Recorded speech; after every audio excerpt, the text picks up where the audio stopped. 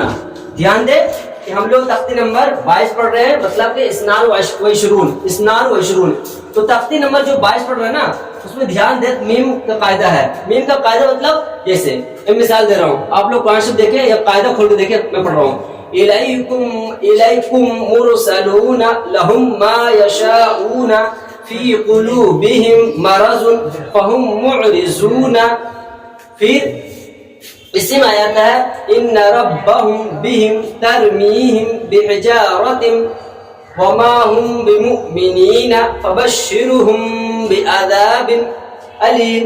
تو آپ دھیان دیں میم ساکن کا قاعدہ، میم ساکن سے بولتے ہیں جیسے دو میم آ جائے نا اسے ہی بولتے ہیں میم۔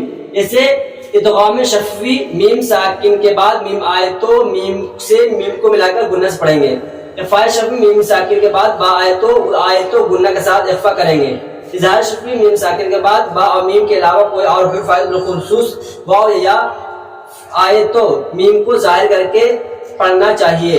اردو میں ہم تم کے میم، سمجھ گئے؟ یہی بتانے والا ہوں۔ تو آپ لوگ کوشش کیجئے کریں کہ الف تختی نمبر 21 جو حروف مقطعات ہے، اس کے بعد ہے تختی نمبر 22 جو میم ساکن کا قاعدہ ہے، یہ دونوں اپنے دھیان میں رکھ کر قرآن شریف پڑھنا سیکھیں تو آپ کے لیے آسانی ہوگی، ورنہ آپ سوچتے رہیں گے، پڑھتے رہیں گے، زندگی میں پڑھتے رہیں گے، لیکن جو قرآن شریف کو پڑھنے کا حق ہے اس طرح حق ادا نہیں ہوگا۔ تو آپ لوگ کوشش کیجئے اس قرآن شریف اچھی طرح پڑھنا، اور آپ دھیان رکھیں کہ جب قرآن شریف پڑھ رہے ہیں تو اچھی طرح پڑھنے کی کوشش کیجیے۔ اب مجھے دی اجازت، اور اس ویڈیو کو آگے تک پہنچانے کی کوشش کیجیے، کیونکہ آپ کا بھی حق ہے قرآن سیکھنے کا تو لوگوں کو بھی حق ہے، اللہ کے ہر ایک بندے کو قرآن سیکھنے کا حق ہے۔ انشاءاللہ آپ کوشش کیجیے کہ جب رمضان میں کھولیں گے تو انشاءاللہ اچھی طرح پڑھنا سیکھ جائیں گے۔ مجھے دی اجازت، میں گلزار ندوی، السلام علیکم ورحمۃ اللہ وبرکاتہ۔ کیوں اداس پھرتے ہو راحتیں بلاتی ہیں، آؤ اے مسلمانوں مسجدیں بلاتی ہیں۔